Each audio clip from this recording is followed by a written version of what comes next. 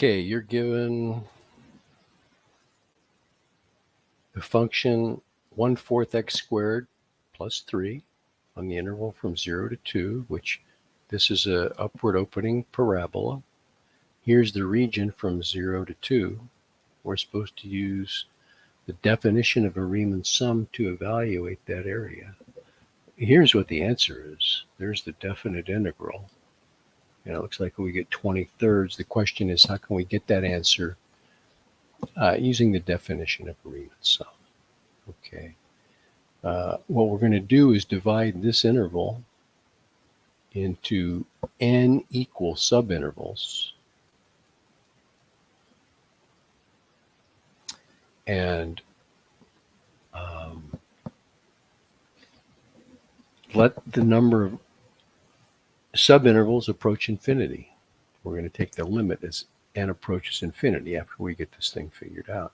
So the width of each subinterval, delta x, is the length of the subinterval, 2 minus 0 divided by n. So there's delta x right there. Now what we need is a formula for the general right-hand endpoint of each rectangle. So like here's the first rectangle.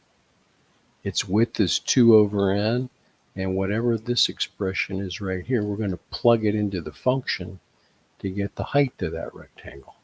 So for example, x of 1 would be, well, we start at 0 and move one width to the right. So 0 plus 1 times 2 over n would be what x of 1 is.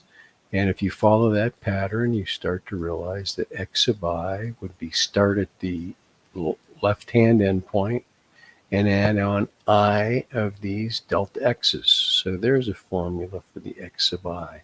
And that's what we're going to plug into that function. So here is x of I plugged into the function.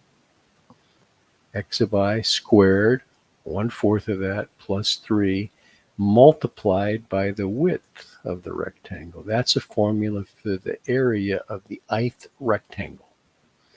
And if you square that quantity, cancel out the 4's, distribute the 2 over n, you get something that looks like this.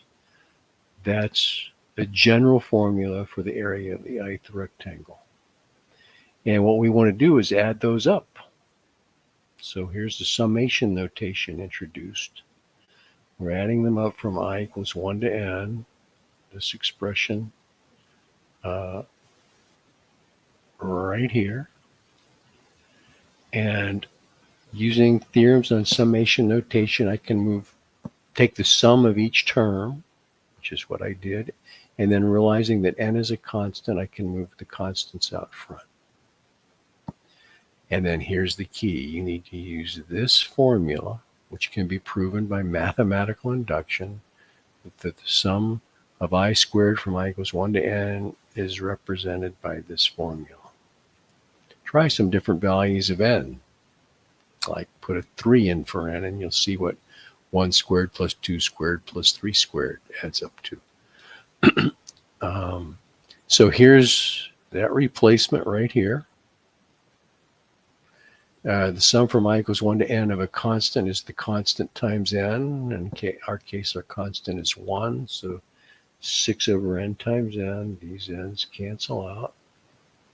And you could multiply n times n plus 1 times 2n plus 1 and put it over n cubed and take the limit as n approaches infinity. Or you could break it apart into 3 separate fractions like this. But what we want to do is take the limit of this expression as n approaches infinity. That's what part B is all about. So n over n, of course, reduces to 1. N plus 1 over n as n approaches infinity. This whole thing is just going to approach the number 1, which I put right here. And as n approaches infinity, that expression approaches 2. So we've got 1/3 times 2 is 2/3 plus 6. 6 and 2/3, 20/3 matches what we got here when we actually evaluated a definite integral. Okay, there you go. Hope that helped. If you have any questions, post a comment.